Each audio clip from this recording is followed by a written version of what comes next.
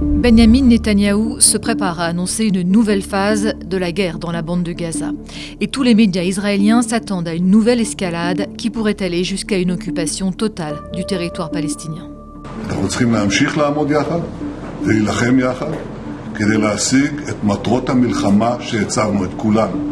את הכרעת האויב, שחרור חטופינו, והבטחה שעזה לא תהווה יותר איום על ישראל. Ministre clé de la coalition qui permet à Netanyahou de se maintenir au pouvoir et figure de l'extrême droite israélienne, Itamar Ben-Gvir et Bezalel Smotrich militent depuis longtemps en faveur d'une reconstruction des colonies juives dans la bande de Gaza, démantelée en 2005 lorsque le Premier ministre d'alors, Ariel Sharon, avait décidé un retrait unilatéral après 38 ans d'occupation militaire. עזה חרבה לחלוטין, אגב, פשוט מכיוון שהיא כולה תשתית טרור אחת גדולה מעל ומתחת לפני הקרקע, פשוט חרבה לחלוטין.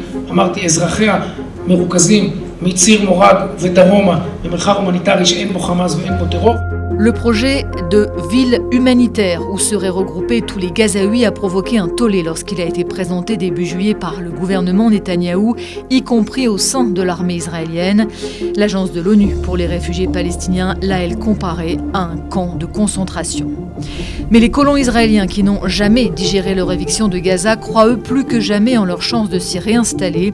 Ils sont des centaines à avoir récemment marché le long de la frontière entre Israël et le territoire palestinien. Derrière le mot d'ordre, 20 ans après, on revient dans la bande de Gaza. En 2005, ils étaient 8000 répartis dans 21 colonies. We want to return to our land.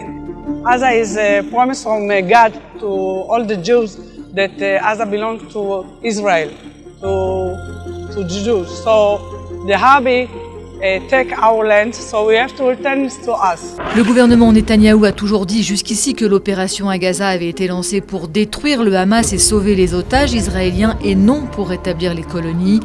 Mais après un énième échec des négociations pour parvenir à un cessez-le-feu, les colons qui n'ont cessé de réclamer leur retour à Gaza croient en une opportunité politique. Et qu'importe si la réoccupation est considérée comme illégale au regard du droit international. Une telle perspective provoque des dissensions au sein même de l'armée israélienne. Le ministre de la Défense, Israël Katz, a prévenu. Le chef d'état-major, Eyal Zamir, devra exécuter avec détermination les décisions politiques du gouvernement, même si, selon la presse israélienne, il a mis en garde contre le piège que serait, selon lui, une occupation totale de la bande de Gaza.